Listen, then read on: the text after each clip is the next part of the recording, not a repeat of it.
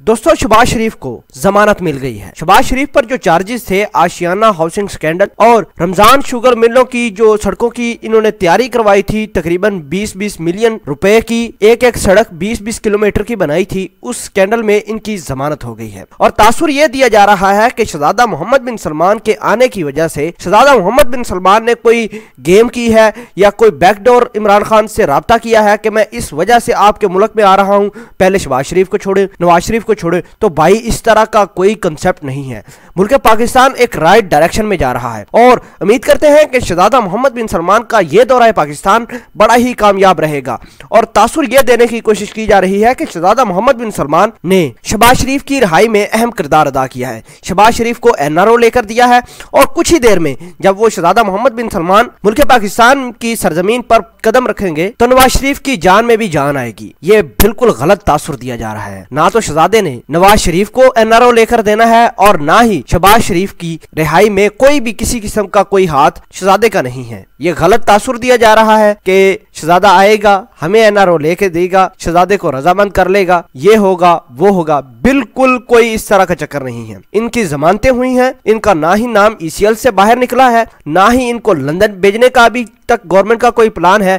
कल का कुछ कह नहीं सकते। बहरहाल इमरान खान की अभी तक, जब तक ये वीडियो बन रही है, अभी तक कोई पॉलिसी नहीं आई, कोई उसकी नीयत नहीं है इमरान खान की कि शहबाज शरीफ को, नवाज शरीफ को बाहर निकाल कर लंदन भेज दिया जाए। ये कोई किसी तरह का एनआरओ नहीं हुआ। बहरहाल ये जो पटवारी हैं उन्होंने गलत तरीके से मुल्क पाकिस्तान के इस इमेज को पेश करने की कोशिश की है, लोगों को मेंटली तौर पर टार्चर करने की कोशिश की है कि शहजादा आएगा, शहजादा हमें बचा लेगा। भाई, किसी को कोई शहजादा नहीं बचा रहा।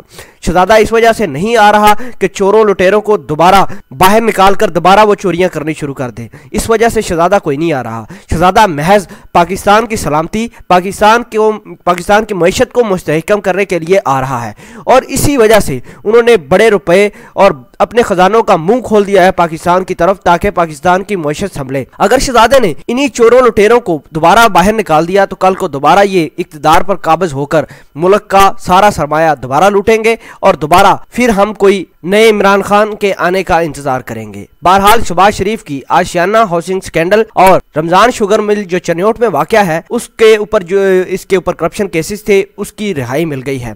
बहरहाल नैब के प्रोसिक्यूटर इतने स्ट्रांग नहीं है जो एक अच्छे तरीके से इनके ऊपर केसेस चलाए।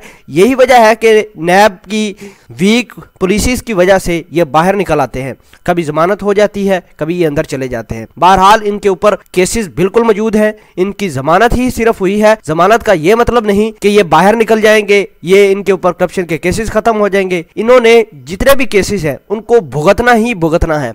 और शहजादे के दौरे को नवाज शरीफ या शहबाज शरीफ की रिहाई के मुतालिक जोड़ना ये बिल्कुल बेवकूफ़ी है, कम ज़हनी है। और मैं ये समझता हूँ कि शहजादा महज इस वजह से आ रहा है कि मुल्क के पाकिस्तान की मईशत को मुस्तहकम करना, मुल्क के पाकिस्तान को आगे लेकर जाना इमरान खान की क़यादत में। और आप देख सकते हैं कि अरब के जितने भी मीडिया चैनल्स हैं वो इमरान खान और शहजादा मोहम्मद बिन सलमान की इस तारीखी दौरे पर बड़े ही खुश और पूरी दुनिया इस दौरे के ऊपर नजरें जमाए हुए हैं। तो खुदारा गलत झूठी खबरें मत फैलाएं। जज़ाकल्लाह।